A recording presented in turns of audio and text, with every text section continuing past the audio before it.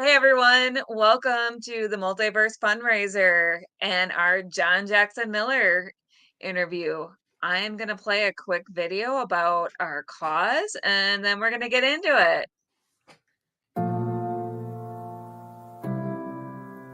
And this is what we do. We do this every day. On Christmas Day, I was getting emails from hospitals. On Christmas Day, I was responding. Sickness doesn't take a break. We are there for the hospitals. We are there for the kids. We will do whatever we can do. And as I look and talk to you, and I talk to all the people who are watching this, be a part of this. However you want to be a part of this, be a part of it. If you can send us $5, send us $5. Send us 5 comic books, a Funko Pop, a toy, a children's book, send it to us. However you want to make a difference. Make a difference, because we're all in this together. And here's the cool news. Nobody knows who I am. And here's why. When we give these materials to the hospitals give it to the kids and the parents. Comic book for kids and my name never shows up. When this stuff goes to the military, when my comic shops send the pallets, my name is never there. And that's great. That's all right. Because it's not, as I said, about us. It's not about promoting who we are. It's about all of us together in the industry making a difference for so many. And that's what we're about, Kelly, and that's what we do every single day of the year. All right, here we go. Well, welcome again, John. Thank you so much for being here. And of course, I have my cohort, Carlin Stuart. Hey, Carlin. Hey. Howdy, Carlin. Man, good to see you again. Yeah, it's been a while since COVID. No, it's. I was going to tell you, I left my books on the bus or something. Carlin and I went to high school together eons ago, so many years ago. Yes, back before like the 5 years dinosaurs ago got wiped out. Yep. So, John, I know you got a new project coming up, so let me let you give that a tout right off the bat. Yeah, that's the Star Wars The Living Force comes out April 9th in hardcover, audiobook, and ebook. I really can't say too much about it in advance other than that it is a big deal. It is a novel featuring the Jedi Council, all 12 members of the Jedi Council. That's the big new release. It's the book that's on the screen now. That's the one that's coming out next. That is Star Wars Knight Errant, the Essential Legends edition of that book. That was my first novel, and it actually came out 13 years ago yesterday, but we're putting that back out. And then I've got 4 other projects coming out, reprinted editions of other things. My Strange New Worlds, the High Country book, the trade paperback of that comes out on April 2nd. Skull and Bones, that's a video game that's coming out from Ubisoft. My friend James Mishler and I wrote the graphic novel for that.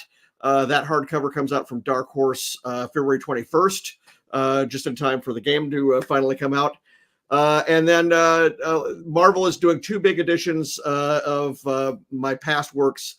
May 14th, they are doing one of the giant omnibuses that we see back here, which is the Star Wars Legends omnibus for Rebellion, Volume 2 is what they call it.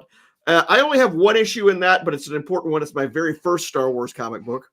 And then, of course, Star Wars Legends, The Old Republic Epic Collection, Volume 1. This is a new printing of the first third of the Knights of the Old Republic comic series, which I debuted 18 years ago yesterday as I'm talking. I bought every issue. You bought every issue, and they're worth quite a lot of money now. And the first printing of this graphic novel is worth quite a lot of money now too, which is why it's good that they're putting out the reprinted edition. And that one has just gone live, for on Diamond solicitations, for that. That one comes up May 21st. The omnibus comes out May 14th. But that gives people yet another way of getting those comics. And again, the big new book is Strange New Worlds: The High Country. Actually, that's a big new Star Trek book. The big new Star Wars book is Star Wars Knight Errant. That's I'm getting confused. I got so many books. Star Wars: The Living Force. That is the book. All 12 Jedi and Obi-Wan and Qui-Gon, all 12 counselors. Basically a spring break book. April 9th. And it's going to be a lot of fun. We've already announced that it has a map inside.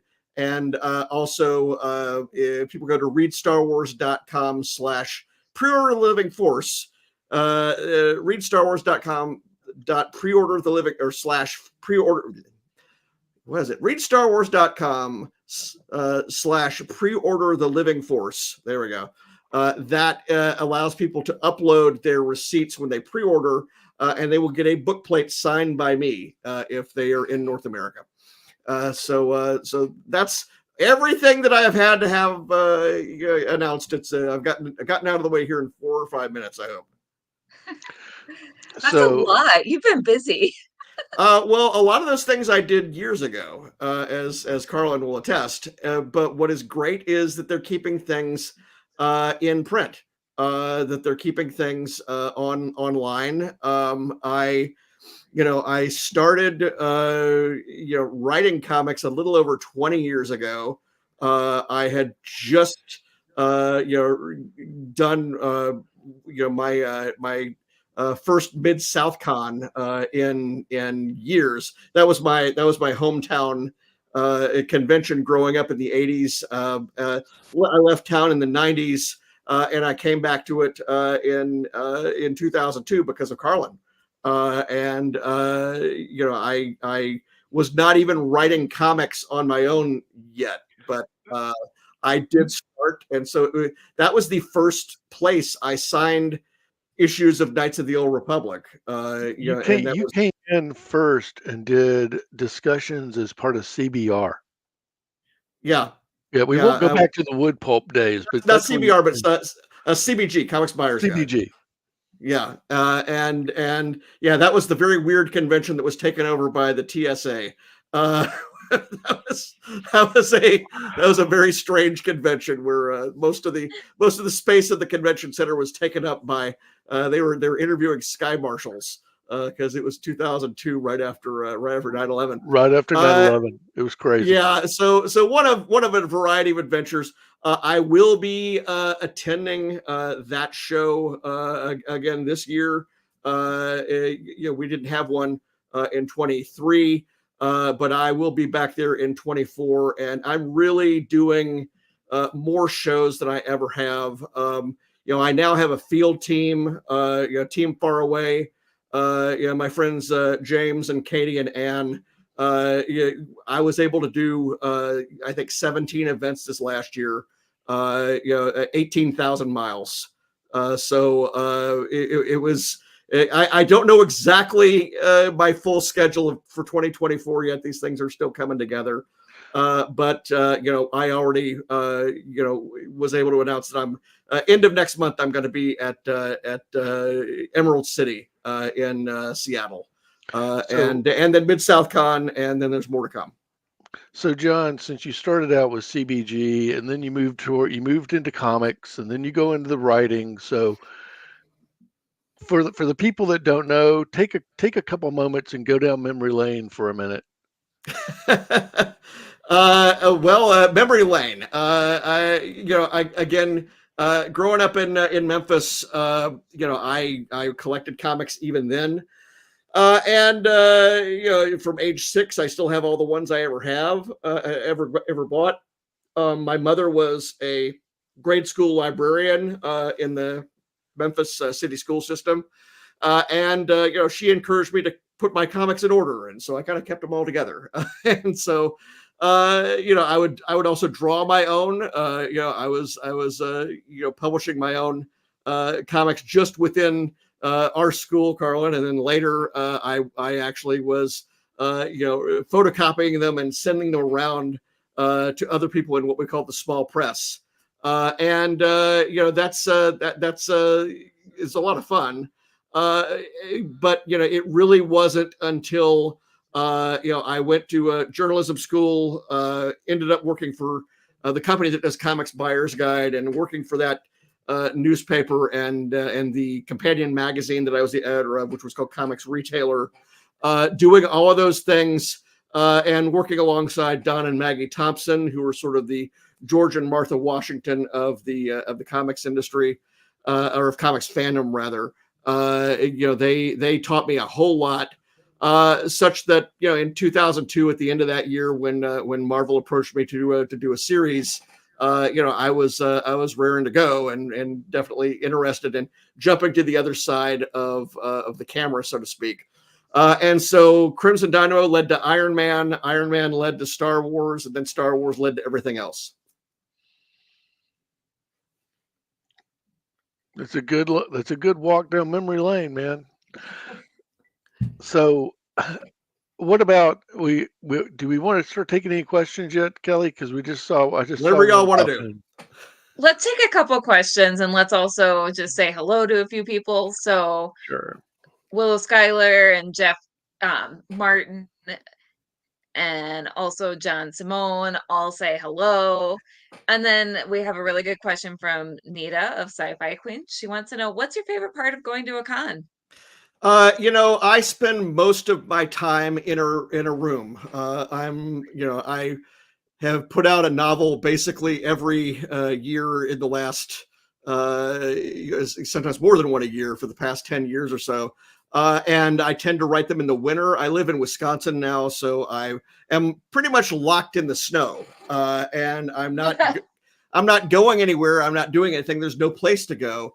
And so usually I am absolutely desperate to get out and visit folks and meet folks and go to conventions, which are the sorts of things that I would be doing anyway if it weren't my job.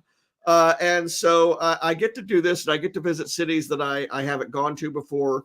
I get to talk with people about the books, and I meet a lot of celebrities having to do with TV shows and movies and things like that. The stuff that I'm a fan of. I just a lot of the photos that I will post will not be of me with fans, but will be with me and the celebrities half the time. But I have to say, another cool thing is that people will come, costumed as characters that I created. And, I got a photo yesterday from a woman who named her child after my character from Knights of the Old Republic, Zane, years ago. And so she was both a cosplayer for the series and then did that. So I mean that's really wonderful. I think I definitely enjoyed doing all these shows. I'm not able to go everywhere, and that's why I worked out this notion of the signed book plates for people. And if people don't know what a book plate is, it's just basically it's the sticker that is inside the front of the book that you sign. They're going to do a special one for me, and we'll do that. But the idea is to get those books pre-ordered, so we make sure that they're in people's hands. That's awesome. I love that. And we have a few questions. So John Simone says, "Hey, got a question. If Lucasfilm were to continue the Legends continuity, would you consider writing a new novel set in that continuity?" I defy anybody to read any of the books that I've done on the new side of 2014 and tell me what year it was written, because to me, everything is sort of all at the same time. I wrote the first novel in basically the Lucasfilm Story Group era, which happened in that was the New Dawn novel that came out in September of 2014. And even that book has references in it to things that I did in Knights of the Old Republic. And I have done other things as well. My story in Star Wars, from a certain point of view, that includes a Yark, the character from my Kenobi novel. The Canto Bite novella that I did for the book that came out for episode 8. That brings one of my favorite characters from that earlier era of books and comics. There's a character called Mosep Bonid, but I refer to him as Monkey Jabba because he was the Jabba the Hutt before they knew Jabba the Hutt was going to be the big lizard guy. He was sort of a mandrill looking sort of a character that appeared first in the comic books, and then he appeared in the role-playing games, and then he appeared in my novel Kenobi as Jabba the Hutt's accountant. And I was able to bring that character in as the mob accountant working for the guy who was really in charge of everything at that casino world for episode 8. Look, I'm always willing to. Are you impinging me? What's that? Are you impinging me as a CPA? No. But it was an interesting character, I'll tell you that. But basically, the way I look at it is, I will work with whatever toys in the toy box they will let me work with at any given time if it makes sense for the story. My Star Trek work, for example, people will find references in there to characters that appeared in the Marvel round of comic books that Paramount did in 1996 that are long gone. So nobody told me I should do that, but nobody told me I couldn't do it either.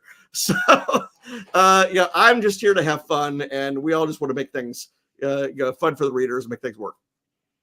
Ask permission, not forgiveness, right? Or ask for forgiveness, not permission. I'm sorry. Never mind.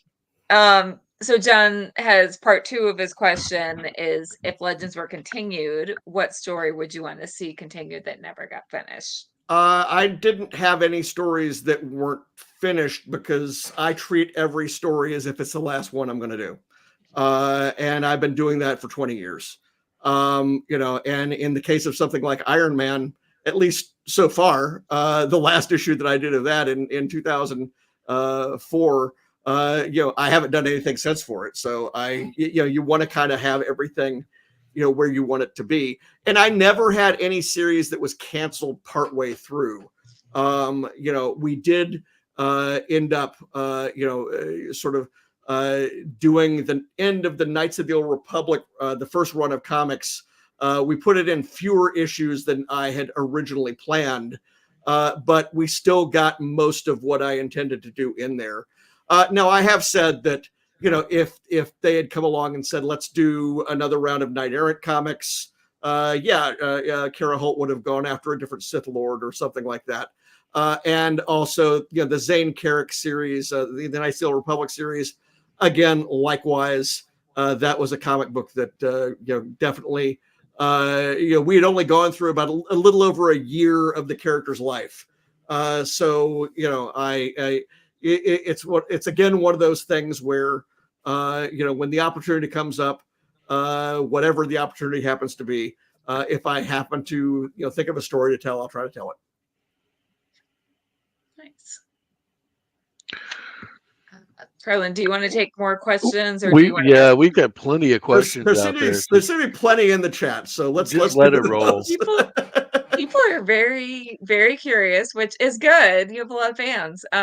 So David McDonald wants to know, what's your favorite non-Skywalker Star Wars character?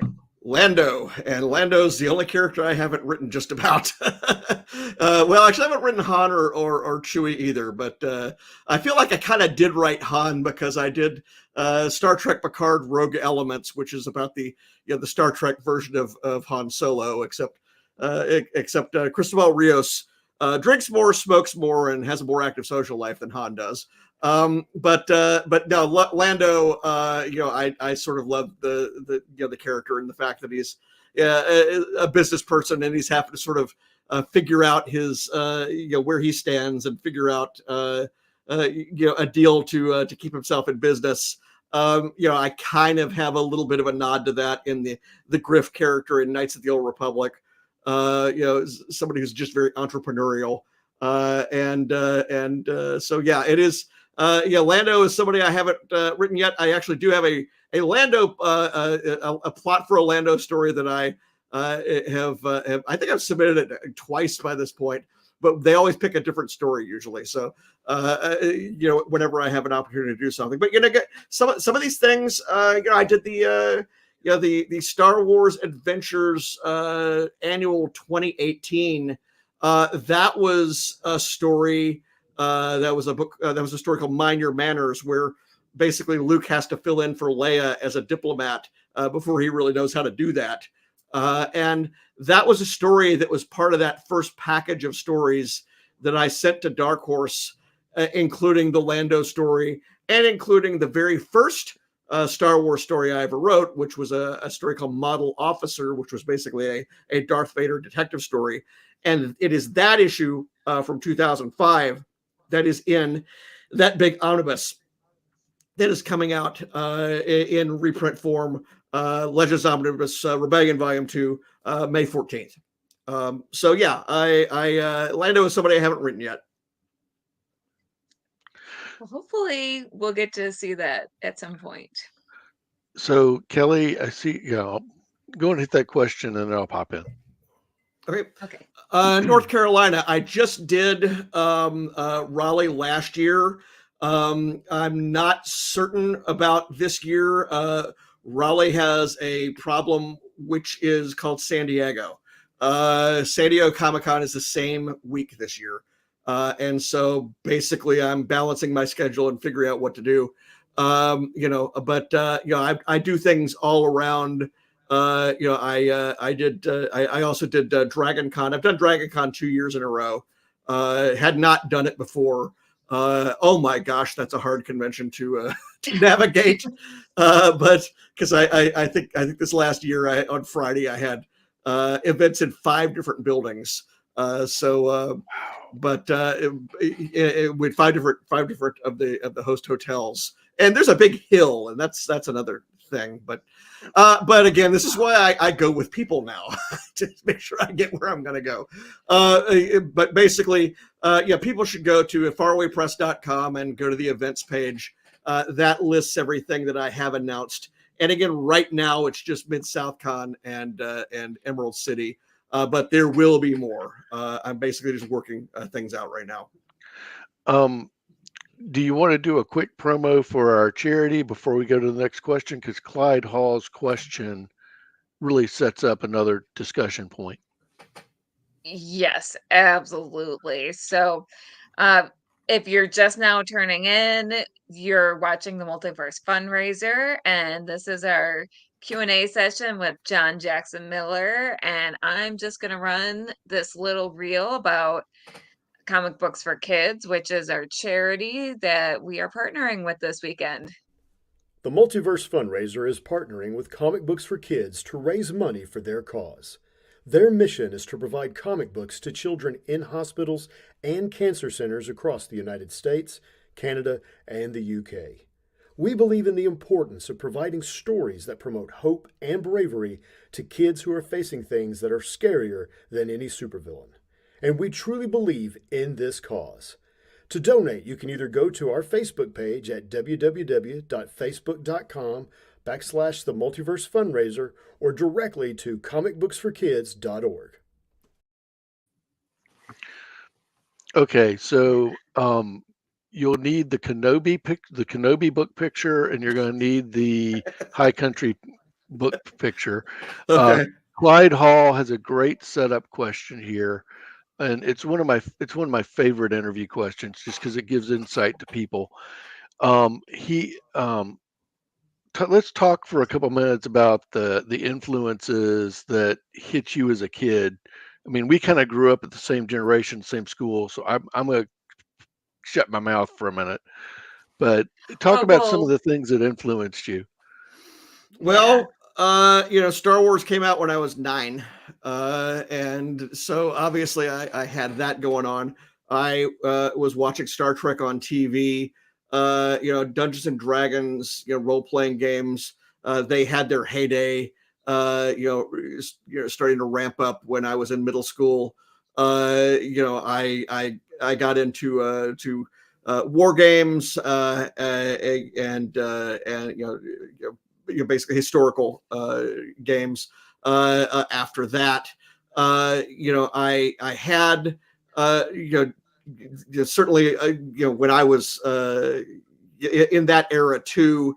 That's when video games become a thing too, and first I have my Mattel and television, and then I get my first computer age 15, and so I'm able to partake of all this. There's a famous line that the golden age is 12. I think probably my golden age was 14 because that was kind of when everybody was into all these things. And then I remember I remember I was into everything. Carlin will remember this because our school had a middle school which went to 8th grade, and then high school started at 9th. And so I had a great 8th grade because everybody was into everything. And then at the beginning of 9th grade, I go out there. My friend Bob, who sadly has just passed on, I said to him, "Hey, I got all these great comics and video games and everything." And he says, "John, we're in high school now. We're no longer into any of that stuff." And I said, "Great, give me all of your comics. Give me all of your games. Give me all of your." And this is what I ended up doing, is I ended up basically subsuming or getting everybody's collections that they wanted to get rid of. And then it just became something where it's like, okay, well, I've got all of it, I might as well make a career of it. But yeah, those are major influences. I go to classic movies. Yeah, I go to college, and I'm editing the campus newspaper at Tennessee, and I'm there during the summer of 1989 when Indiana Jones and the Last Crusade is out, and Star Trek V, which I reviewed, and I gave it a decent review, and then Batman, which I went to see 12 times because there was nothing else to do in Knoxville, Tennessee during the summer when nobody was in class. And again, that was when I started writing, articles. I wrote an article for the Comics Journal. I was writing, comics related articles for my own paper. And it's not a direct line that got me into all this stuff, but these are the influences that I kind of brought to things. And then basically every book that's come out, I've tied into something, because I do tie in novels. I've usually tied into something that I found really appealing back in the day. And I see we got some questions about some specific books here, but yeah, that's the general answer to your question. So now let's go to Clyde's, because he specifically refers to Western influence. Yeah. And I clearly remember you historically responding to Kenobi as being your Western. Well, Kenobi was my Western because I proposed it as the Ben Kenobi Western. That was literally the title of the email that I sent in 2006 to my editor. The book did not come out to 2013 because we were originally going to do it as a comic book, and that didn't happen. So I sat on the plot, the outline, for 6 years. But that was a case where we had started by discussing our love for old Westerns and the movie Shane, and which was just on TV here last night on Turner Classics. Again, he's the mysterious stranger who wanders into town, the man with a past. That's very much Obi-Wan. The Star Trek novel, I did initially start saying, I want to put Pike on a horse. That's the simplest part of it. And I want to do something where, I'd done other books. I did the first novel with the Anson Mount version of Captain Pike, the book Star Trek Discovery: The Enterprise War. That book took place almost exclusively in spaceships or in space. And I said, you know what? I want to do a story which is entirely on a single strange new world. And I want to do something where basically technology does not work. And where we also have these people here who are transplanted from the Old West. And that gives Pike a chance to interact with these people from another time, or who have grown up in this one place after having been there for another time.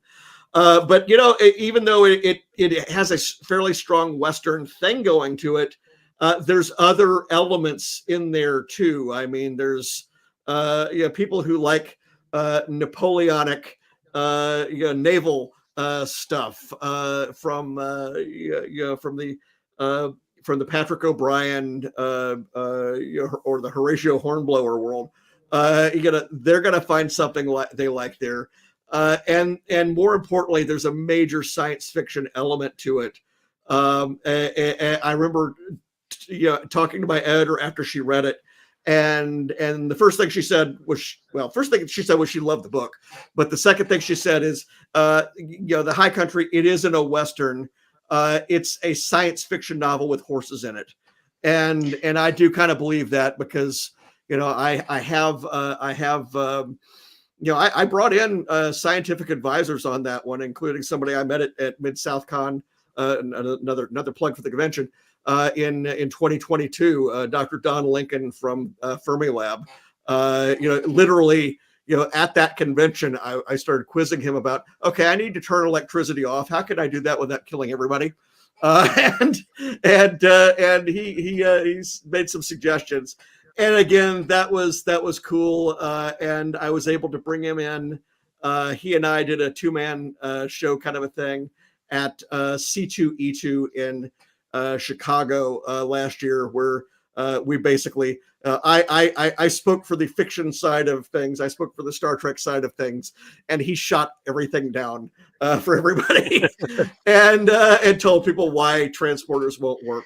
I would suggest that folks again watch my social media feeds, because that is something that I definitely think we ought to do again. So here's High Country, of course, and let me pop up Kenobi. John, you brought up something that, of course, things like Enterprise War, that was like what, 1999. So no, Enterprise War was 2019. Yeah, 2019. So that I went back and I was kind of rereading a couple synopses to make sure I was back up to speed. It's been a while since I read this book. Yeah.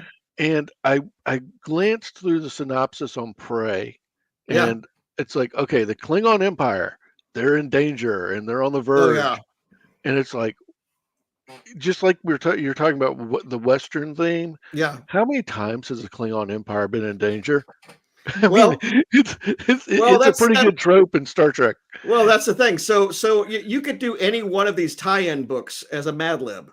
One Jedi Knight, one Sith Lord, one planet-destroying weapon, and the same thing with Star Trek. The trick is to do something that nobody's ever done before.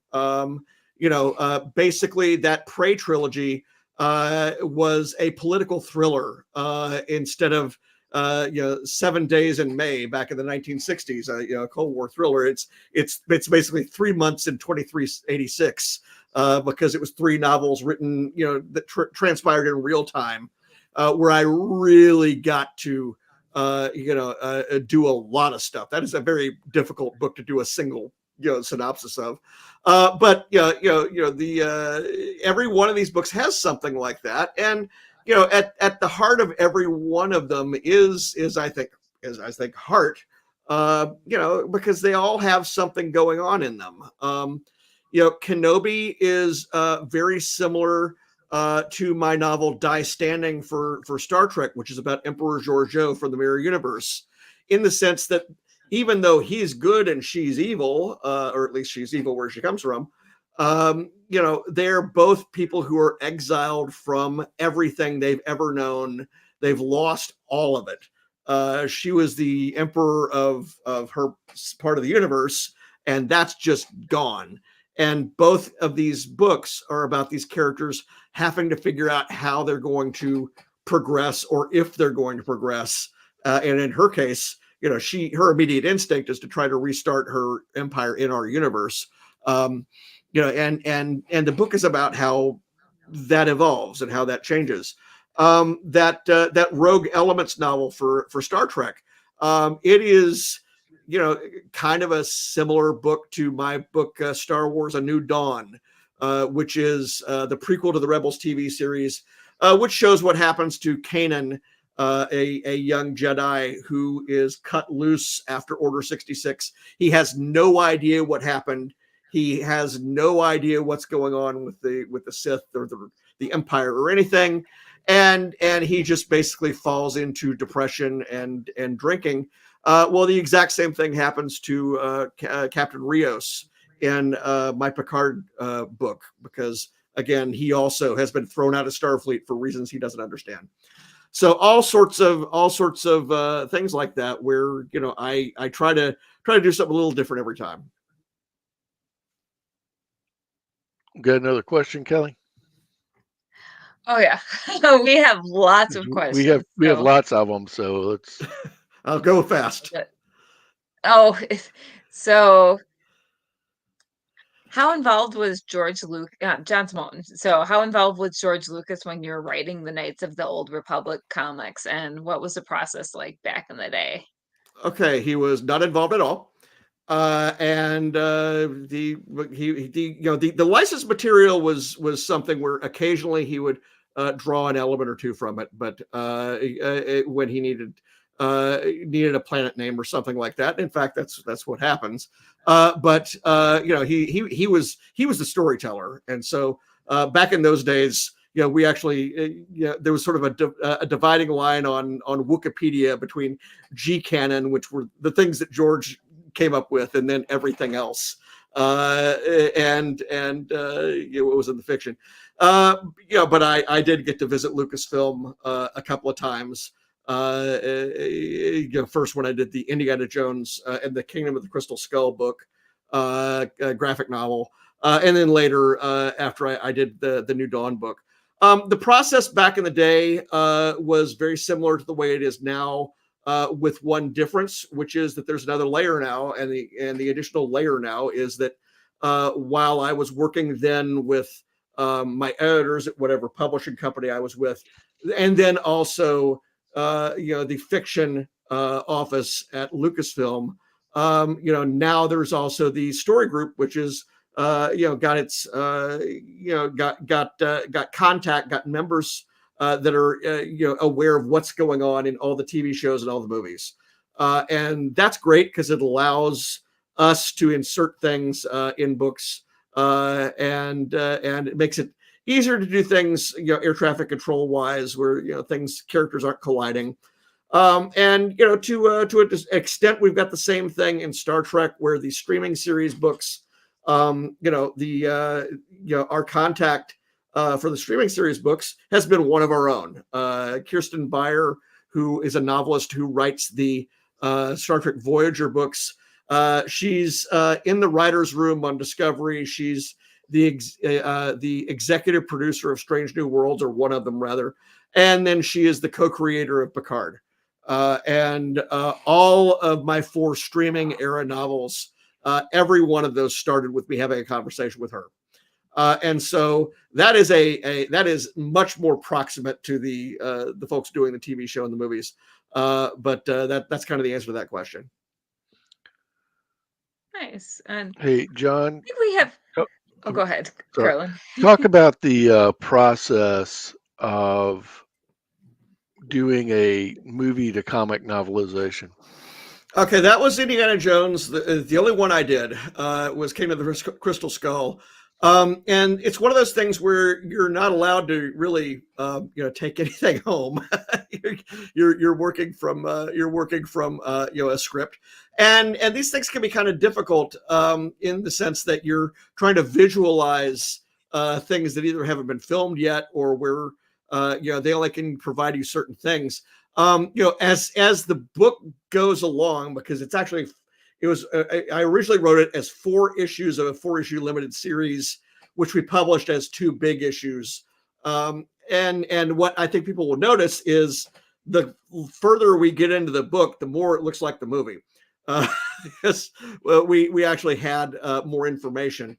But again, there are all sorts of things like that even if you're not actually adapting it, you're still working with the folks.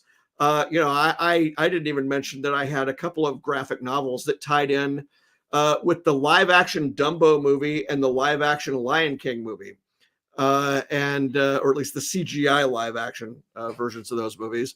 And in both of those cases, I worked with the folks, that were, working with the film itself to come up with a way that my stories could fit into a certain moment in there. And I really doubt that anybody is reading the Dumbo graphic novel, Friends in High Places, trying to figure out exactly how that story fits into continuity, but it actually does. I can tell you exactly when in that movie, it happens. So everybody's working to try to get everything to fit. All right, Kelly, would you throw up another question?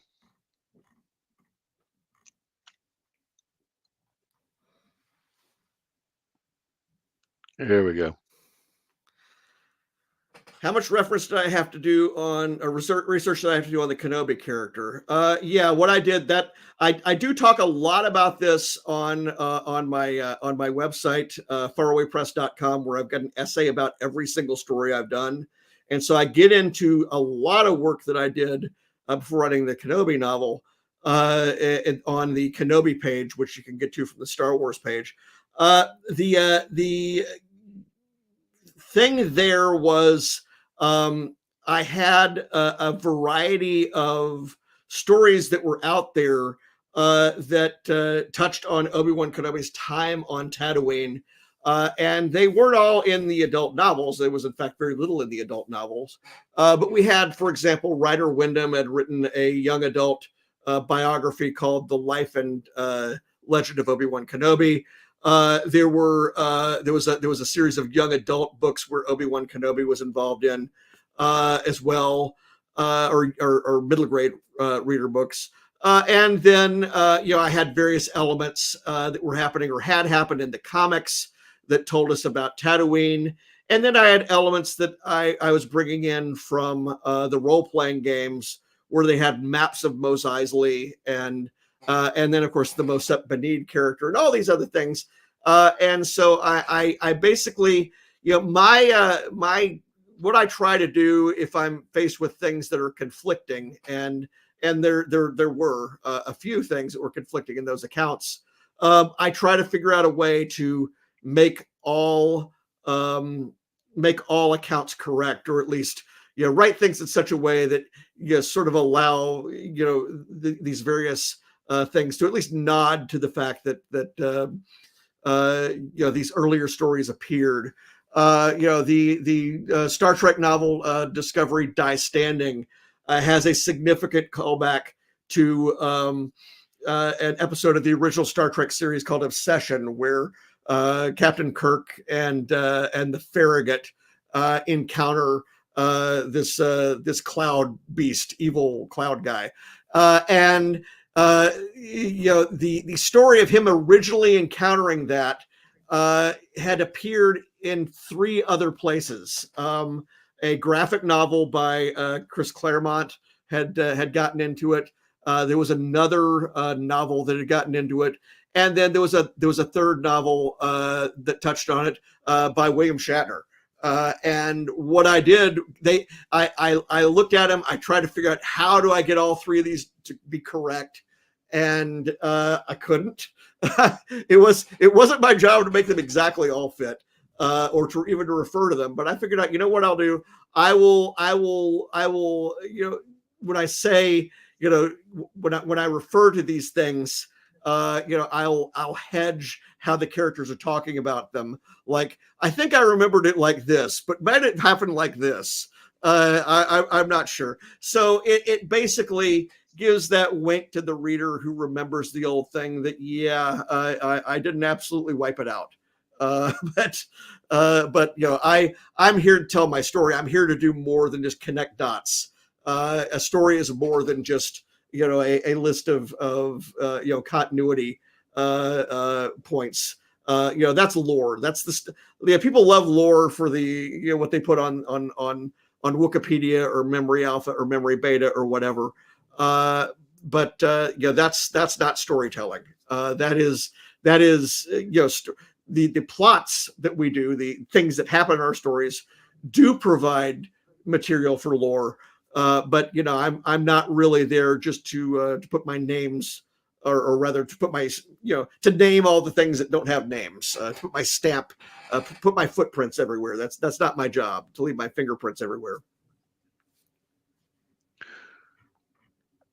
So, Kelly, one of the questions, I got to flip over here to my notes for 1 second. You had brought up, do you have any thoughts about the Kenobi TV series? I was happy with it. I knew that what we would see was pretty much going to be like what we saw. In the sense that the story that I wrote was an arrival story. It was him getting to Tatooine, him seeing everything for the first time, and I knew they weren't going to be able to do that because obviously 10 years have elapsed. More than 10 years have elapsed for the actor in the meantime. And so I knew that it was going to be like that. I was, however, delighted that, both Ella McGregor and also the director, both read the book. They both did videos talking about the book. Those are also on the Kenobi page on my website. And they left a major element of the novel. Well, first of all, nothing conflicts with the novel. Which is again wonderful. But they also used an element that is consistent with what is in my book, and that is the whole thing about whether or not Qui-Gon was speaking to him yet. And in Kenobi, we went back and forth on how to handle that, and we finally decided no, we want to make it so that he and he has never actually heard from Qui-Gon. That he's tried, but it's just not getting anywhere. And that got us drama, and that ends up in the series consistent with that. So yeah, I like seeing that. Cool. Kelly, I had pulled in for some images. There is a Battlestar Galactica comic, which is just come on, man. That's our generation. I'm gonna throw that one in. Oh yeah. When you told me you were doing that, I'm like, yay. I did. I did the 40th anniversary graphic novel for Battlestar Galactica for Dynamite. And I was horrified to realize while working on the book that I was the only person working on the title in editorial or creative that was alive when the TV show was on.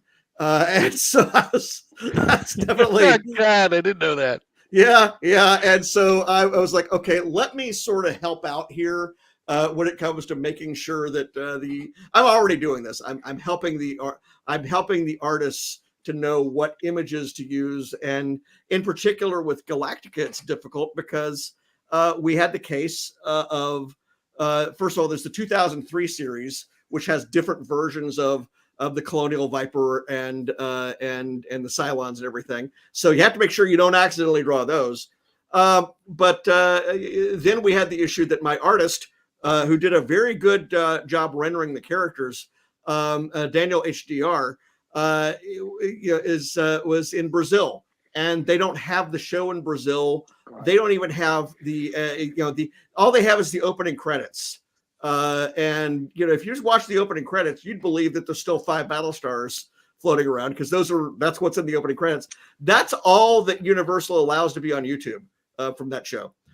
So it is something where I shepherded that book into being a little bit more than the other things that I did, and it was very much a labor of love. And that book is still available out there. I have all of these things as well on. I've got an eBay page or an eBay store under Faraway Press. That's my personal thing. But you could also get it through your comic shops. They'll probably have to order it because it's 5 years out. But I do know it's still in stock. Hey, John, you just brought something up because you just made me have a flashback. Yeah. When Gold Key was doing the original Star Treks. Yeah. Some of the original artwork, they have fire coming out of the nacelles. Yeah. And artist did not have clean reference. Yeah. He was in Italy and had not seen the book or the series. The show. Yeah, I talk about that in detail. I did two books. Again, another Mid South Con alumna there, Amy Sturgis, edited a couple of books along with Emily Strand. I did a college.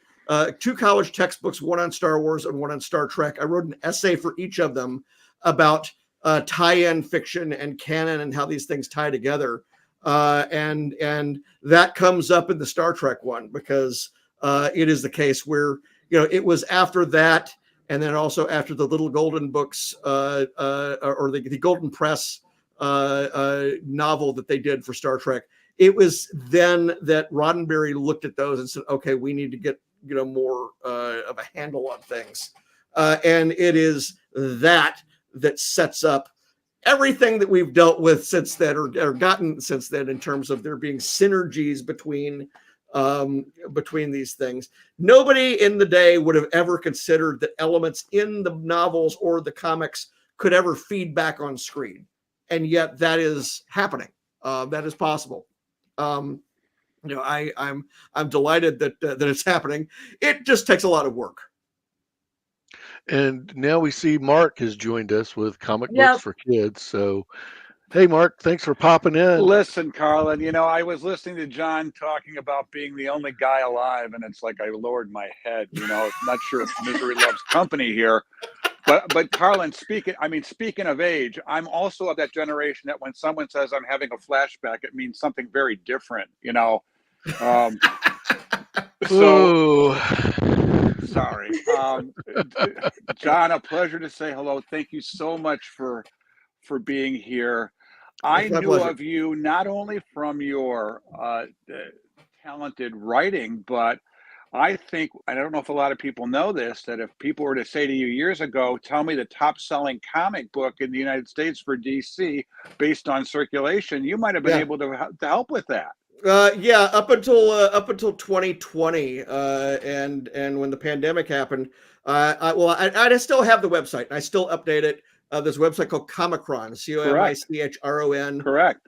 .com. I have the world's largest public database of comic book sales figures. And every month for 25 years, I was doing those numbers originally for the magazines that I was writing for, then for various websites. And then in 2007, when I started writing full time, I created the Comicron site. And it just happens that after what happened in 2020 and distribution went a bunch of different directions, right. All of the data that I used to get, with the exception of every week, Diamond still puts out its reorder charts, which says basically what's popular, but not necessarily what they're selling. I still do those on the website, but then I'm also working. I have several projects that I've got. There are other sets of data that I've got. I know I've got more information probably than is anywhere else on sales figures. But people don't know this, but you are and have been the source. If I wanted to see, and I am very much aware of Comicron. I've used it for years and years until the distributor wars of a few years ago. Well, this version of the distributor wars. Correct. Yeah, because I started the project because of the 1995 one. So that was the 1995 distributor wars. I know we're going to run out of time here, but yes, it's one of those things where it's I figure that the general public, the collector and the retailer both really need to know what's out there. They really need that for their own protection. Correct. All these publishers of every kind, that have variant covers. There are basically 3 variant covers for every regular cover now, on average. And then some publishers have many of them, including works of my own. I haven't got any idea how many Battlestar Galactica zeros or ones there are, because they made so many versions of it. But again, I think that it's a healthier business when people actually can look at something and say, that's rare, that's not. I want people to kind of have that data. And the good news is I have so much material that I can still post, that I can still, get online from the 60s and the 70s and the 80s that people have never seen. I just need time to do it. But I'll tell you, one of the consequences of not having to do the monthly numbers anymore, because I was having to do them in airports and hotels at conventions and everything, because they would just land, whenever I had to do them when they landed. One reason that I kind of have this explosion in the last couple of years of me being able to do more books and more signings and more events is that I am no longer forced to burn 4 days every month doing the math on somebody else's schedule. Yeah. So again, but comic books for kids, it's a great idea. I grew up on them, and I am happy to be able to support the project. Thank you for being. Are we going to see you at C2E2 this year?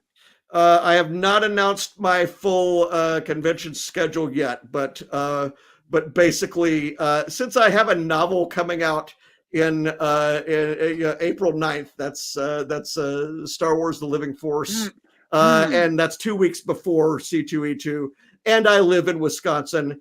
You can make whatever. Kelly, Carlin, are we getting a scoop here? I know.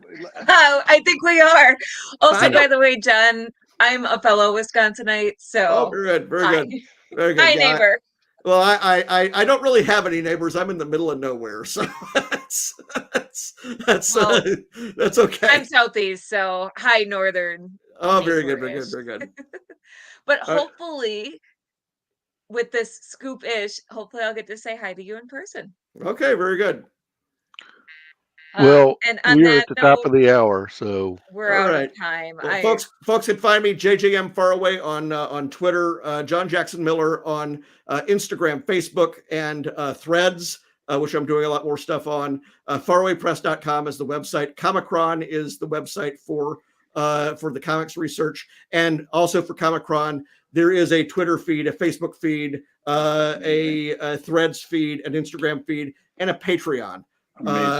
And so all sorts of different things. Again, thank you all very much, and may the Force live long and prosper. It was wonderful to see you again. You too. Thank you so much. I'll see you in March, Carolyn. Mark, nice meeting you online. Pleasure, sir. Thank you, John. Thank you. Good thing.